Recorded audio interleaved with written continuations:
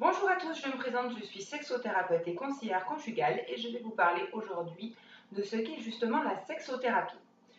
Alors, la première chose que l'on entend quand on parle de sexothérapie, c'est bien sûr le mot sexe. Ce mot qui a une connotation assez taboue et qui fait référence immédiatement à quelque chose d'obscène.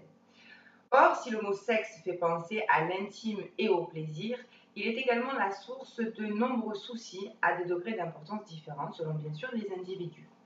Chaque jour, nous sommes confrontés à la sexualité, non seulement dans nos rapports avec autrui, mais également par le biais de la télévision, d'Internet, des publicités ou tout autre support. C'est un sujet qui interpelle, mais qui reste très entouré de pudeur. La sexothérapie, elle, va servir de passerelle qui vous mènera vers le chemin que vous souhaitez prendre, en couple ou seul, afin de comprendre et de mieux guérir vos troubles ou toutes vos souffrances, ainsi que ses répercussions qui peuvent vous perturber au quotidien.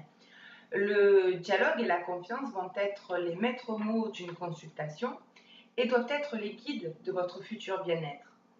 Les motifs ne sont pas isolés pour ce qui est des consultations et chaque individu peut être amené au cours de sa vie à consulter une fois un sexothérapeute ou bien un sexologue.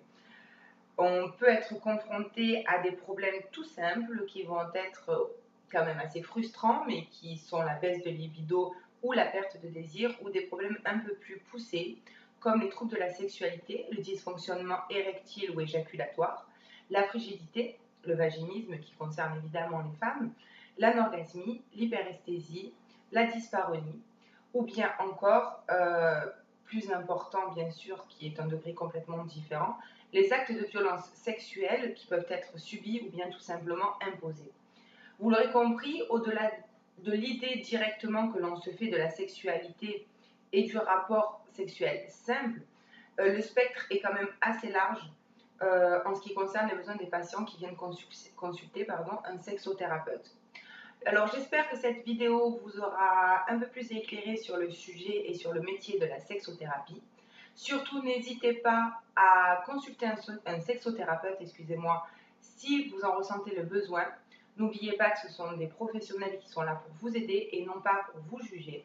Et que des cas, nous en voyons tous les jours, aussi bien des cas simples et communs que des cas très différents. Il ne faut pas vous sentir gêné, trop fier pour consulter. Quand vous avez un rhume, vous pouvez consulter un médecin qui vous dira quoi faire et quoi prendre. Un sexothérapeute, c'est exactement la même chose. Il est là pour vous aider quand vous n'allez pas bien. Et ce n'est pas uniquement une passerelle vers quelque chose de pornographique comme on peut imaginer ou quelque chose de trop poussé et sexuel. Je vous souhaite une bonne journée. Je vous dis à bientôt dans une prochaine vidéo pour en savoir un petit peu plus sur le couple et la sexualité. À bientôt.